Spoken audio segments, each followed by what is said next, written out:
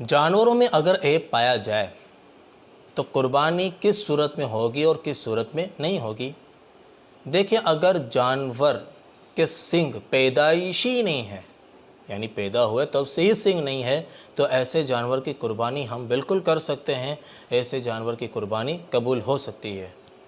और अगर उसके सींग थे मगर उसके जड़ से ही सींग निकाल दिए गए तो ऐसे जानवर की कुर्बानी नहीं हो सकती, ऐसे जानवर की कुर्बानी करना नाजायज़ है।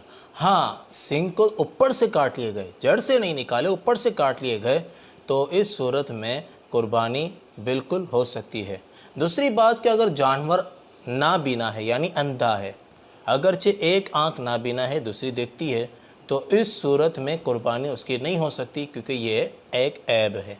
अब काना है, जिसको हम काना भी कहते हैं, अगर वो जानवर में कानापन इतना पाया जाता है कि ऐब शुमार होता है, थोड़ा सा समझ में आता है, कोई मसला नहीं, उसकी कुर्बानी हो सकती है। अब बिल्कुल ज़्यादा है, बिल्कुल ज़्यादा काना है जो कि ऐब ही शुमार होता है, तो इसकी कुर्बानी नहीं हो सकती। इसी तरह के जानवर इतना कमज़ोर है या इतना बीमार है कि वो कुर्बान गाह तक भी नहीं जा सकता, तो ऐसे जानवर की भी कुर्बानी नहीं हो सकती। इसी तरह जानवर के कान, धूम, चक्की अगर ताई से ज़्यादा कटे हैं, कान के 3 हिस्से कर लिए जाएँ, एक हिस्सा बिल्कुल कट चुका है, या धूम भी ताई कट चुका है, या चक्की भी ताई कट चुकी है, या इससे कम कटी है, तो इनकी कुर्बानी हो सकती है। अगर ताई से ज़्यादा कट चुकी है, ताई से ज़्यादा कट चुकी है, कान कट चुका है, या धूम कट चुका है, या चक्की कट चुकी है ताई से ज़्यादा, तो इनकी कुर्बानी नहीं हो सकती। इसी तरह कहा जाता है कि पैदाइशी कान ही नहीं है, यानी कान ही नहीं है, कान का वजूद ही नहीं है पैदाइशी, तो ऐसे जानवर की भी कुर्बानी नहीं हो सकती। इसी तरह कान छोटे हैं, धूम छोटी है, तो अगर छोटे कान हैं, धूम छोटी है, तो इसकी कुर्बानी बिल्कुल हो सकती है।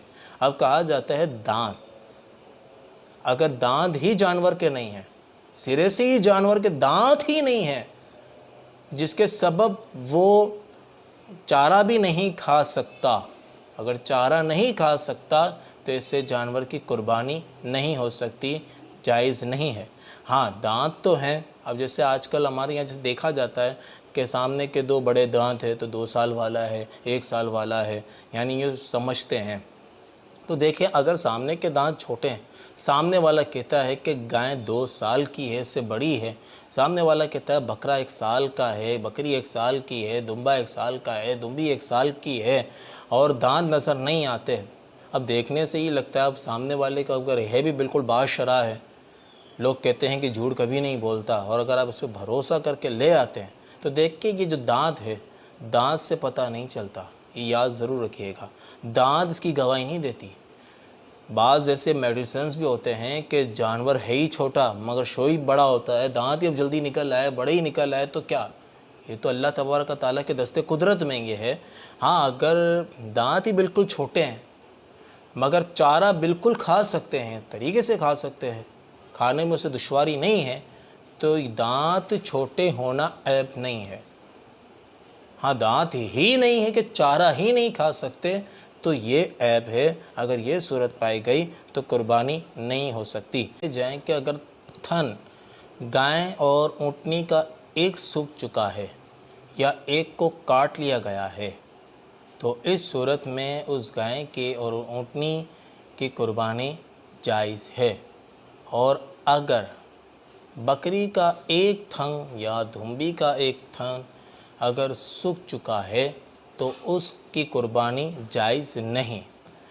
अगर गाय और ऊँटनी इनके दोनों थन सूख चुके हैं, तो इनकी कुर्बानी भी जायज़ नहीं। अब बात आती है साथ में खुनसा मुश्किल, इंसान में भी होते हैं, इसी तरह जानवर में भी होते हैं, कि यानी कि जानवर के अंदर दोनों की अलामतें नर व मादा की पाई जाती है, तो उस जानवर की भी कुर्बानी जायज़ नहीं। इसी तरह के ऐसा जानवर कि जो गलीज़ी खाता है, नापाकी खाता है, और जो जायज़ है खाना उसे नहीं खाता, तो जो गलीज़ी खाता है तो उसकी तो कुर्बानी हो ही नहीं सकती। और साथ में ये भी है कि अगर जानवर के پاؤں کاٹ لیے گئے، اگرچہ ایک ہی پاؤں کاٹ لیا گیا تو اس کی بھی قربانی نہیں ہو سکتی۔